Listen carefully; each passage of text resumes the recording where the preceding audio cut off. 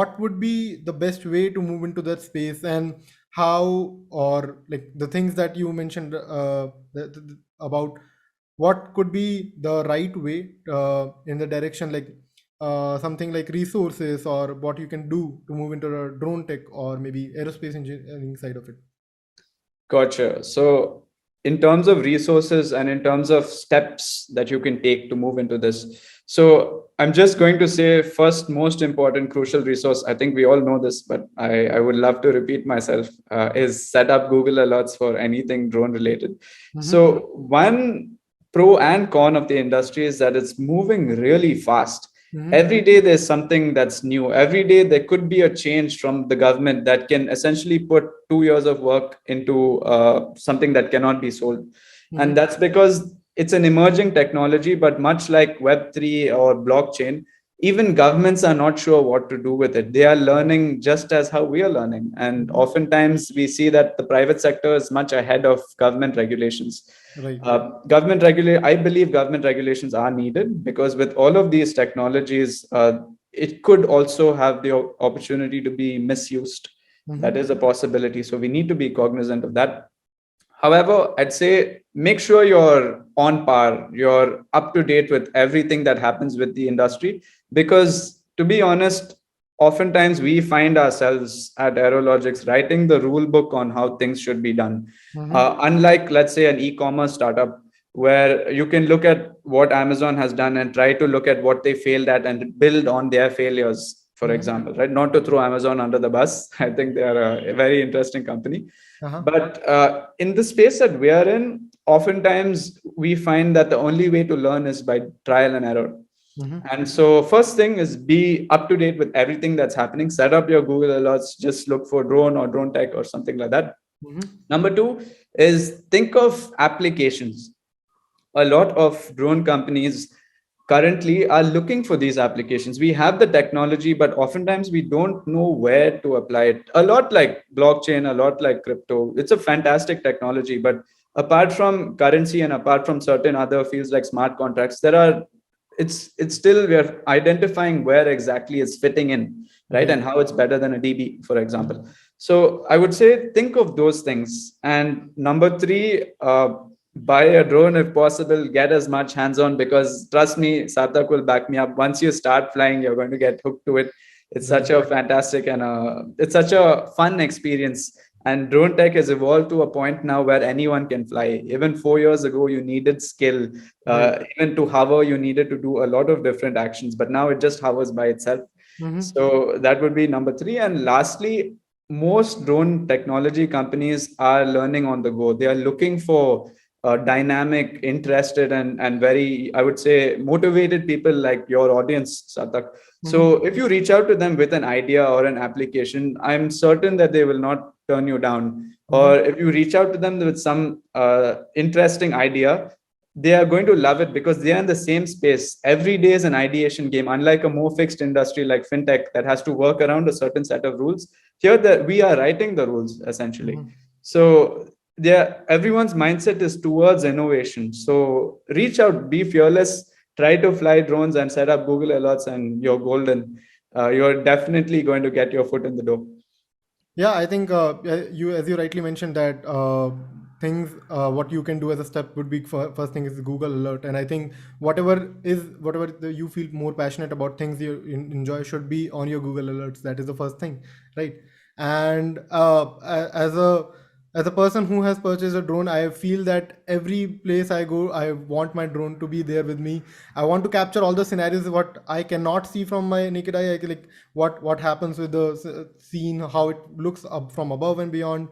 And no, like it's so easy to fly right now with the things that I have built into. It's so compact machine that can travel up to like 5-10 kilometers and reach up to a great height. So yeah, it's a fun machine to be play with, to be around and to play with it and to learn more around it. Definitely. Yeah, but moving forward, I wanted to mention that anybody who is into the tech industry and wanted to know more about how tech happens and work in that direction, you can check out the link in the description box below about Newton School. So Newton School has an offering about a full stack development course, which they are starting every month. So if you are someone who wants to know about the tech industry, who wants to learn about courses and get a job in the market in the current running set of things, Newton School is one place you can be part of. They have a zero upfront fee program where you don't have to pay anything until unless you get a job. So when this is something that you can definitely try on and scratch from learn from scratch about the full stack development, and you can check that the link in the description box below. Yeah, and moving forward, I wanted to know, Marvin, since your story has been so fascinating, but one thing that has been common that you have worked on the startup side of it, which is like early startups and mid-sized startups. So how has that journey been like, and what are the things, or what are the things that you definitely love out, or what can be one interesting point, like what are the interesting points that one can move towards, like finding, because I feel that it's a taboo in the country, or it's a taboo in the mindset that they don't want to join the early startups, but want to know more about what they are missing out on. I am so glad you asked me this question, Sarthak. You've definitely done your homework.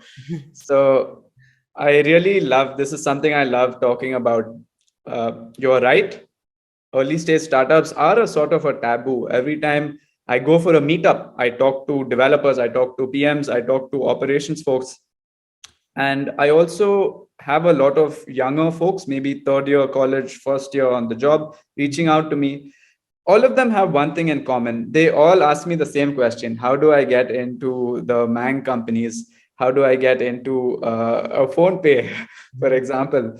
And it's a great idea. It's a great aim to, and it's very good ambition. Everyone needs to have that something burning within them.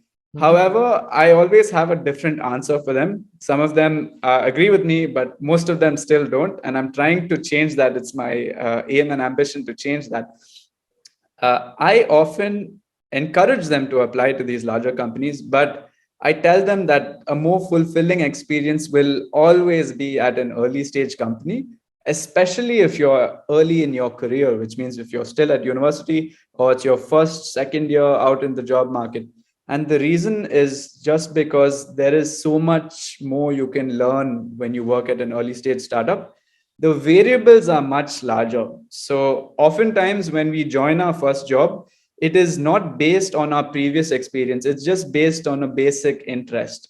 However, as we know, most companies have different job functions within job functions. So for example, product management could be derived from a bit of project management, a bit of operations management, a bit of technical architecture as well. It's a combination of all of these. But it's never a good idea, in my opinion, to typecast yourself into one role very early in your career. I always believe young people especially need to try out a bunch of things, identify what they love and what they're good at, and really double down and become a specialist on that. Being a generalist early in your career is not going to do you any harm. And being a generalist at a early stage startup gives you, as I said, way more variables. So for example, you will get to look at different facets of the company. You will even understand basics like how a company is run, the importance of even something as basic as hiring, right? These are skills that are very intangible. This is not going to harm you in any way, but in fact, it's going to give you an edge when you join, for example, a larger company at a later stage in your career or even right after. So I always encourage people to join early stage companies just because of the learning. It's accelerated. If you ask me, I always say that 2 years in an early stage startup is equal to 10 years at a large IT services company.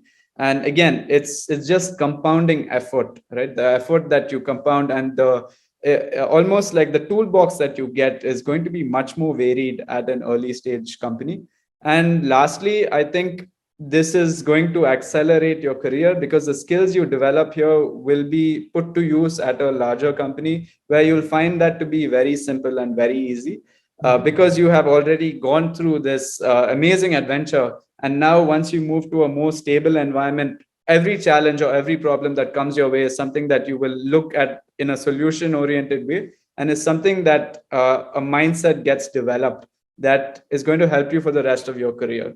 So if there's one word that I'd like to use before ending, it's just hire agency. As product managers, we hear that quite a lot. But I think that's also applicable to developers, to finance professionals, to HRs as well, which is taking up any problem that comes your way and solving it. not really saying this is not my job function or this is slightly outside. That's something that I say is a muscle that should be developed over time, and you really get that muscle development at an early stage startup. It's like a gym for higher agency, because you are constantly faced with a bunch of different problems that may not be your expertise. In fact, oftentimes it's not your expertise.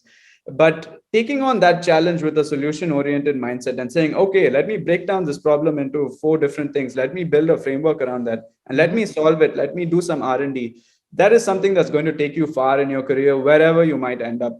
And there's no better place to practice that than at early stage startup. So early stage startups all the way. Let's break that taboo around that and show them some love as well. Every Zomato and every Swiggy once started in someone's garage. And if you can be part of that journey, there's nothing more rewarding than that. Yeah, definitely. I think that is so true. And coming from the same startup mindset, coming from a very early startup at the beginning of my career, I feel that the things that you experience are nowhere to be found. The interactions with co-founder on the hallway side, thinking about job function, thinking about some things that are not even your expertise or your part of the profile, but working alongside with. So when I was on the tech side, I was also always discussing about what is sales doing, marketing doing, how I can do efficiently on this part. On the same front, if I am there were 100 different things that are not part of my job function, that were not part of any JD or something like that, but that is the best part, because you can learn and explore and eventually find out what you are more passionate about with this thing. I think that is the one thing that makes it more relatable to be working at an early startup, where you could explore more, you could learn more. There are so much things to be done, and nobody would say no to you that is not part of your job function. Everybody wants to move towards the same goal. So if you want to take an extra responsibility, extra job, extra thing that you want to learn, everybody would be so encouraging about that. And that learning at that instant, at that start of your career, would be so helpful in the coming years at the future companies and whatever the profile function that you decide. Because I started on the tech side of it, but I realized that at some point that product is my forte, and that is why I want to move to be. But that realization came a lot later in the stage, where I worked on different profiles, at least at the startup, working with different teams, and then this made me to this point. And even at that point, I started moving to the another space, just because I was very curious about like how things work at a consultancy space, or how an analyst, or how do things on those lines look like. So yeah, I think kudos to you for bringing in up in this podcast and sharing your journey in such a way that is definitely a motivation for a lot of people. And I really enjoyed being on this podcast, discussing a lot of different things with you, learning so much about you, and learning so much about the drone tech and space in that. Yeah, definitely. Thank you so much, Marvin, for discussing and sharing all of these videos. Yeah. Thanks, Sarthak. I'm happy to be here, and I'm happy to talk about these things. And again, if anyone has any questions about either the aviation tech, drone tech space, as well as early stage startups, I'm sure Sarthak might link my profile in the description below, and feel free to contact me. I'm happy to talk to you about this and hopefully win you over. Yeah, definitely. So Marvin is a very friendly person. You can reach out to him, and I will definitely put the LinkedIn link in the description box below. You can check out his profile and reach out to him with your questions, concerns, and advices.